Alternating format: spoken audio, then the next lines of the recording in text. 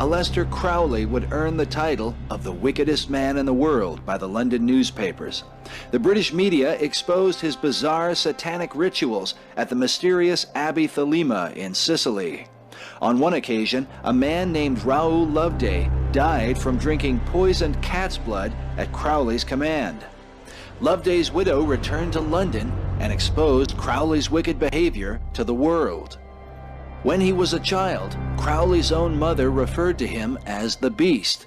According to Crowley researcher James W. Revac, he quickly identified with the title, and for the rest of his life, he viewed himself as the Beast of the Apocalypse, the enemy of Christianity. Like all New Age adherents, past and present, Crowley revered the serpent's lie from the Garden of Eden. He wrote, "This serpent, Satan, is not the enemy of man, but he who made gods of our race, knowing good and evil. He bade know thyself and taught initiation." Through the 20th century, the influence of this black magician and professing Satanist upon popular culture has compelled some researchers to consider him the real father of the modern New Age movement. Well, he's basically not only the father of modern Satanism and the most highly regarded Satanist of the last century, he is also the father of the modern New Age movement, which is extensive around the Western world today. I won't say he single-handedly ushered in the New Age movement, but he, more so than any other human being, was instrumental in the popularization of the New Age movement. Altered states of consciousness, trying to make altered states of consciousness scientific, through whether it be hallucinogens and seeing reality different, and using the comparisons of a microscope and a looking into a different reality on a spiritual level, whether it was drugs, whether it was astrology or the practice of ritual magic, whether it was sex magic, whether it was his ideas of world unity through magic and so forth. All these are very popular through the 1960s and after that in ushering in what today is called the New Age movement. But he was very, very powerful as far as, more so than anybody. Satanists will admit that Aleister Crowley was, the Satanist of the 20th century. Anton LaVey and the Church of Satan, which was more notorious than Aleister Crowley's group, was simply pop Satanism to many serious Satanists. Hail Satan! Hail Satan! Shem Farash! Shem Farash! Hail Satan! Hail Satan! And even Anton LaVey's group, Anton LaVey's library was chock full of Aleister Crowley's books. The co-founder of the Church of Satan with Anton LaVey, Kenneth Anger, was an avowed Satanist who was a follower of Aleister Crowley. And many of his works, Invocation to My Demon Brother, Lucifer Rising, and so forth, videos that he made in the late 60s extolling Satanism, were all about Aleister Crowley, unveiling a picture of Crowley and that's worshipped and so forth. In regard to Satanism, his name comes up over and over again in satanic music and so forth. But even more importantly, in regard to the New Age movement, in the early 1900s, Aleister Crowley was talking about the new eon. Ionis is a Greek word for age, and the new eon being the new age.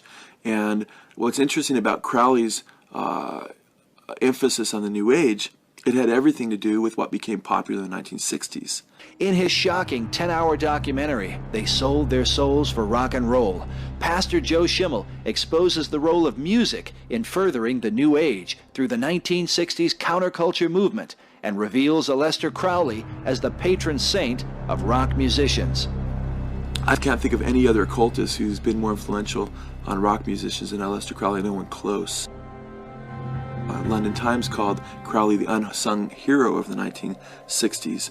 In fact, if you look at the 1960s counterculture leaders, John Lennon, he said his whole philosophy was, and he quoting Aleister Crowley's axiom, "Do what thou wilt," was the whole Beatles philosophy, he said in his interviews before his death was "Do what thou willst." And they put their heroes up on Sgt. Pepper's Lonely Hearts Club Band album, and who did they place there? Aleister Crowley. In fact, that whole album, as we show in our rockumentary, was basically a tribute to Crowley's New Eon, along with their Satanic Majesty's Request by the Stones that the Beatles put out with Sgt. Pepper. In fact, we make a really clear case for Sgt. Pepper being Crowley. In fact, Crowley died 20 years before that album came out. And of course, the song 20 years ago today, Sgt. Pepper taught the band to play. It was 20 years ago today, Sgt. Pepper taught the band to play. It's quite interesting because not only was Lennon and the Beatles into Aleister Crowley, but we show the Rolling Stones and how they were into Crowley, and Mick Jagger and Keith Richards helping out with even Kenneth Anger's movies, pushing Aleister Crowley's Satanism in Lucifer Rising and so forth. So you have the Stones, you have the Beatles, the two biggest rock bands of the 1960s.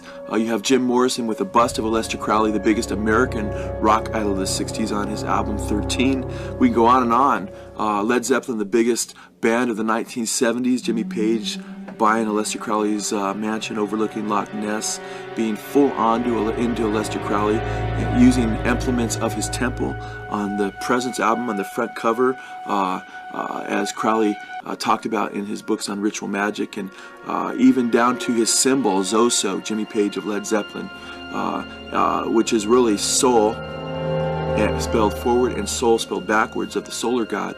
Soul was S-O-L, the god of, or Satan, in Crowley's books. It was another symbol of Satan, S-O-L, and that was Jimmy Page's occult symbol that he used that nobody could decipher. And recently in Rolling Stone magazine interview in 2002, they all came out and said what their symbol meant, except Page still wouldn't come out and say what his meant. Crowley said to write backwards and forward. If you look at that symbol closely, it's soul forward and backwards. So that's still not known to even the rock world what that symbol was, but Jimmy Page has admitted being an admirer of Crowley, practicing Crowley's magic for power and so forth, and they became very powerful. These bands sold their soul for rock and roll, so to speak.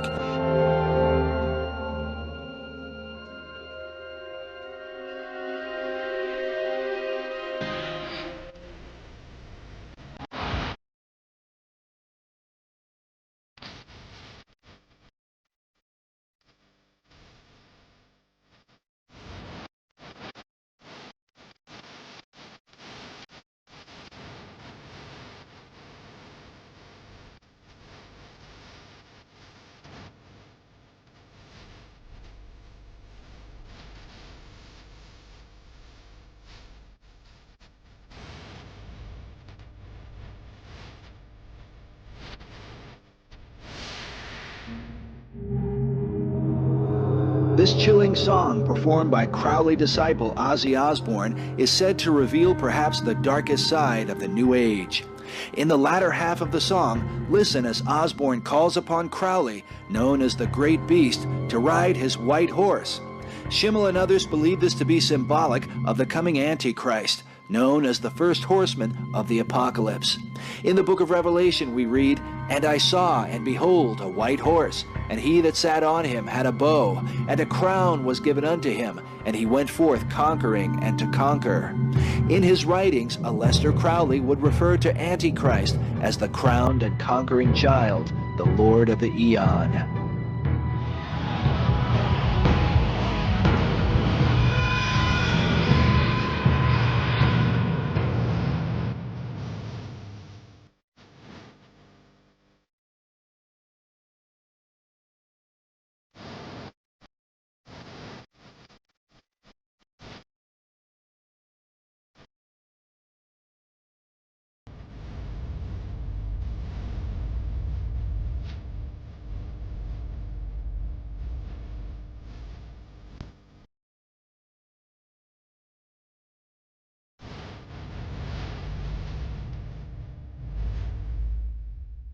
Standing with their backs to the wall is a key phrase in this song. Some researchers believe it denotes the mass murder of those who refuse to worship the New Age Christ. Standing with their backs to the wall, awaiting execution. And ultimately, that's where all this is leading. I mean, it's all about peace and love on the outside. But when it all comes down, there's going to be a brutal leader that will emerge, who Crowley was forthright enough to talk about in his books, and talk about this bloodbath that would come, when Christians would be put to death in the establishment of the New World Order. But is this merely the radical view of a drug-crazed Satanist like Aleister Crowley? Or is there, as many suggest, a global effort at work? We remind the viewer that the 20th century is without question the bloodiest in man's history. Some 170 million lives were lost to Nazism, communism, and the various killing fields of the world because of the darkness in the hearts of men. The Bible warns that the heart of man is deceitful above all things and desperately wicked. Who can know it? For out of the heart proceed evil thoughts, including murder. Researchers argue that the chief influence behind the United Nations is an organization known as the Theosophical Society, considered by some to be the most powerful occult organization in the modern world. The Theosophical Society has had more influence on the United Nations than any other religious society, whether you would call it Christian or occult. The House of Theosophy, as it is called, was founded by a woman known as Madame H.P. Blavatsky. Madame Blavatsky was a mystic, and she had truly supernatural power. She had a tremendous impact on people and was able to recruit many of the world's leading people into her organization. People like Arthur Conan Doyle, who wrote the great stories about Sherlock Holmes. Thomas Edison was one of her disciples, as was William Stead, who was one of the four original members of the secret society Cecil Rhodes created, which became the Council on Foreign Relations. Many key people, in the 19th century joined Theosophy, as in the 20th century, Margaret Sanger and Adolf Hitler were disciples of Theosophy, as are people like of Robert Mueller, who for many years was the Assistant Secretary General of the United Nations, because the major driving force behind the idea of the United Nations and world government is the occult. In 1888, Blavatsky published her now famous work, The Secret Doctrine, a book revered by occult practitioners all over the world. Adolf Hitler reportedly slept with a copy of this book at his bedside. Blavatsky subtitled the work, The Synthesis of Science, Religion, and Philosophy. The Secret Doctrine is filled with ancient mystery wisdom that more than a century later continues to hold New Age readers spellbound. There's no way that a girl with a 6th or 7th grade education could possibly have written this. These volumes were channeled to her by a demonic spirit she called Kuthumi, and she actually traveled to Tibet, to India, and she claims that she actually went to Tibet and actually met her master there. Kuthumi is the name given to a Tibetan spirit master who was Blavatsky's teacher in her lifetime. Blavatsky is pictured here with some of the masters or spirit beings she communed with and admired: Kuthumi, El Morya, and Saint Germain. Under the mysterious orders of such spirits, Blavatsky's mission was to bring a philosophical understanding to unexplained phenomena, such as the mysterious rappings and other spirit communication that had been occurring in the West. Blavatsky maintained that spiritualistic phenomena without the philosophy of occultism were dangerous and misleading. For this apparent reason, the spirit beings directly commanded Blavatsky to begin the Theosophical Society. The official website of the society in Adyar, India, says that the Theosophical Society may be said to have begun when H.P. Blavatsky, under orders of the masters, returned from India in 1871 to found an organization through which the West and the world in general would be instructed in true spirituality. The official birthday of the society came 4 years later in 1875, with a formal declaration from Henry S. Alcott, the president and co-founder of the organization. Blavatsky's House of Theosophy would formalize what began as the New Thought movement into a religious system that would dramatically change the Western view of God and his relationship to mankind. While early America recognized the gospel of Jesus Christ as the only path to salvation, theosophical teachings argued for the essential oneness of all religions and the omnipresence of divine spirit. Theosophy declares that it was formed upon the basis of a universal brotherhood of humanity. Yet Blavatsky would teach far more than a universal brotherhood. She would take the New Thought movement to the next dimension, fully exposing the source of its power in her voluminous writings. These volumes were channeled to her, and they're very, very complex, they're very erudite, but if you read them, you will find out that she has rejected the God of the Bible and embraced Lucifer. And she's quite open about that. She did emphasize Satan as being the true God, and Satan beckoning Adam and Eve to partake of the fruit. He was really turning them on to true godhood, and he's the one who really freed the human race in Blavatsky's teaching. According to Blavatsky, Satan was in fact God, while Jehovah, the God of the Bible, was the real devil and enemy of mankind. Blavatsky wrote that the appellation Satan belongs by right to the first and cruelest adversary of all other gods, Jehovah, not to the serpent which spoke only words of sympathy and wisdom. Elsewhere she writes that Satan, the serpent of Genesis, is the real creator and benefactor, the father of spiritual mankind, for it is he who opened the eyes of the automaton Adam, created by Jehovah. In the secret doctrine, she says, in antiquity and reality, Lucifer or Luciferus is the name of the angelic entity presiding over the light of truth as over the light of the day. Lucifer is divine and terrestrial light, the Holy Ghost and Satan at one and the same time. And now it stands proven, she says, that Satan, or the red fiery dragon, the lord of phosphorus, and Lucifer, or light-bearer, is in us.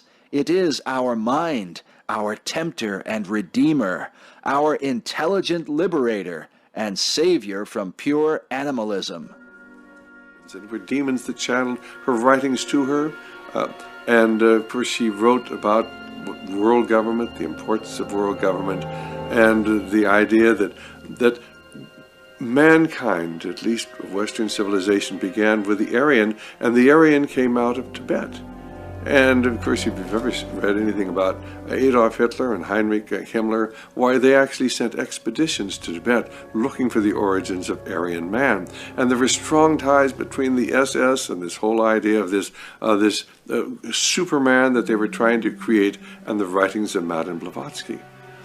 The entire basis of the Nazi movement was founded on theosophy in her writings, and of course the symbol that she used, the swastika, is what Adolf Hitler used as the symbol of the Nazi movement. But the average individual does not understand the relationships between Madame Blavatsky's writing and her worship of Lucifer and her accessing the other dimensions and what happened in Germany under Adolf Hitler. Time magazine did a whole thing on the New Age movement with with crystals and, talking about all the different New Age phenomena that became very popular in the 80s and is still with us to this day. And Shirley MacLaine was on the front cover holding the crystals. And in that piece, they talked about, in the introduction to that piece at the beginning of the magazine, they talked about how we don't know where the term New Age came from or where it's going. Well, the Bible tells us, Jesus said in the last days there would be this false, this religious movement, which would be saying the time draws near, which would be predicting a new age, and which would have its basis in satanic or false miracles, which is what the New Age movement's all about. So we know where it's going. In 1904, a man named Aleister Crowley channeled a spirit who inspired a series of writings known as the Book of the Law. According to the introduction of the work, the book was dictated in Cairo, Egypt, between noon and 1 p.m. on 3 successive days. The author, a demonic spirit, called himself Aiwas and claimed to be a messenger from the forces ruling this earth at present. This description is quite revealing, since Jesus referred to Satan as the prince or ruler of this world. Satan is also called the god of this world by the Apostle Paul. In this Book of the Law, Crowley set down the chief principle for what he called the new eon. He wrote, "Do what thou wilt shall be the whole of the law. There is no law beyond do what thou wilt," and teaches men not as God wills, but rather do what thou wilt. This promotion of self-will that so often leads to self-empowerment is perhaps the climax of man's desire to be his own God, to rule over himself rather than live in obedience to the God who created him.